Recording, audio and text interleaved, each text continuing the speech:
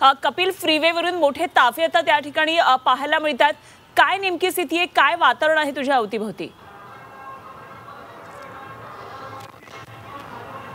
थेट आपण दृश्य पाहूया। हे टॉप अँगलची एक्सक्लुझिव्ह दृश्य जी मीडियाची आहे, तुम्ही बघू शकता कशा प्रकारचा ताफा मनोज जरांगे पाटलांचा दिसत आहे। ही फ्रीवेची दृश्य आहेत, टॉप अँगलची दृश्य आहेत। ही फ्रीवेवरनं हा ताफा निघालेला आहे आझाद मैदानकडे। खरं तर फ्रीवे हा पूर्ण बंद करण्यात आलेला आहे, खास करून मनोज जरांगेंचे जे कार्यकर्ते, मनोज जरांगेचा जो ताफा निघालेला आहे त्यासाठी हा फ्रीवे पूर्ण बंद करण्यात आलेला आहे। त्या पूर्ण फ्रीवेवरनं फक्त आणि फक्त भगवं वादळ दिसत आहे। मनोज जरांगे यांचे कार्यकर्ते दिसत आहेत, त्यांच्या गाड्या दिसत आहेत। तुम्ही बघू शकता थेट दृश्यामध्ये ही एक्सक्लुझिव्ह दृश्य झी मीडिया दाखवत आहे। कशा प्रकारे मनोज जरांगेंच्या वाहनांच्या रांगा लागलेल्या आहेत। भगवे झेंडे घेऊन ह्या ज्या वाहनं आहेत ही आझाद मैदानाच्या दिशेने निघालेली आहे आणि ह्याच ताफ्यामध्ये मनोज जरांगे आहेत। काही वेळातच ते आझाद मैदान इथे पोहोचणार आहेत आणि आपलं उपोषण असेल, आपलं आंदोलन आहे हे सुरू करणार आहे। जरी हे आंदोलन काही तासाचं असलं तरी या आंदोलनाला एक वेगळं महत्त्व आहे, कारण की मनोज जरांगेंनी म्हटलेलं आहे जर ह्या तासांमध्ये माझ्या ज्या मागण्या आहेत त्या पूर्ण झाल्या नाहीत तर मग मी हे आंदोलन वाढवू शकतो। आणि आपण जर पाचचा इतिहास बघितला तर मनोज जरांगेंचं आंदोलन जवळपास 5 ते 6 दिवस चालतं।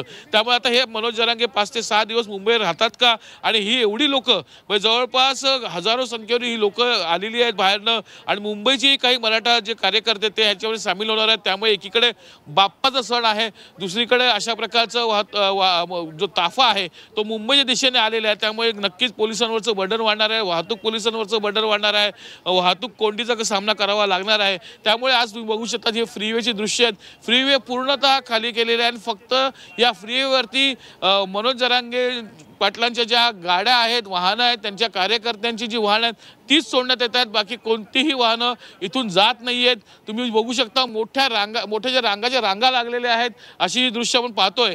खरं तर आपण पाहिलेलं आहे की त्यांनी महत्त्वाच्या जे मागण्या केलेल्या आहेत, एकतर आरक्षण असेल, त्याचबरोबर सगळे सोयऱ्याचं जे अंमलबजावणी करणं असेल, त्याचबरोबर जे काही मराठा आरक्षणाच्या वेळी आंदोलनामध्ये जी काही गुन्हे दाखल झालेले आहेत ते गुन्हे मागे घेणं, त्याचबरोबर ज्या काही मराठा आरक्षण ज्यांनी बलिदान दिलेलं आहे अशा वारसांना नोकरी मिळणं, अशा अनेक मुद्दे आहेत। या मुद्द्यांसाठी मनोज जरांगे पाटील आज मुंबईमध्ये दाखल झालेले आहेत आणि आरक्षण घेऊनच जाणार या ठाम भूमिकेवरती आहेत। आता सरकार या भूमिका जी काय असणार भूमिका याकडे सर्वांचं लक्ष लागलेलं आहे। तुम्ही बघू शकता हा जो ताफा आहे हा ताफा संध्याकाळपर्यंत वाढू शकतो असंही बोललं जातं।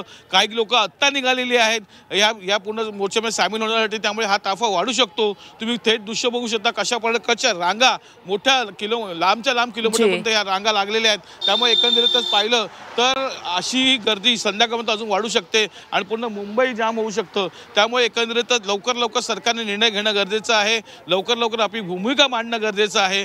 त्याकडे सर्वांचं लक्ष लागलेलं आहे। हे जे आंदोलन आहे लवकर संपवणं गरजेचं आहे, कारण की मुंबईमध्ये एकीकडे बाप्पाचा सण आहे, आधीच मुंबई वाहतूक कोंडी असते आणि त्यात आता अशा प्रकारचं जर दृश्य पाहिलं तर नक्कीच ही जी दृश्य पाहिलं तर कपिल असे संपर्कात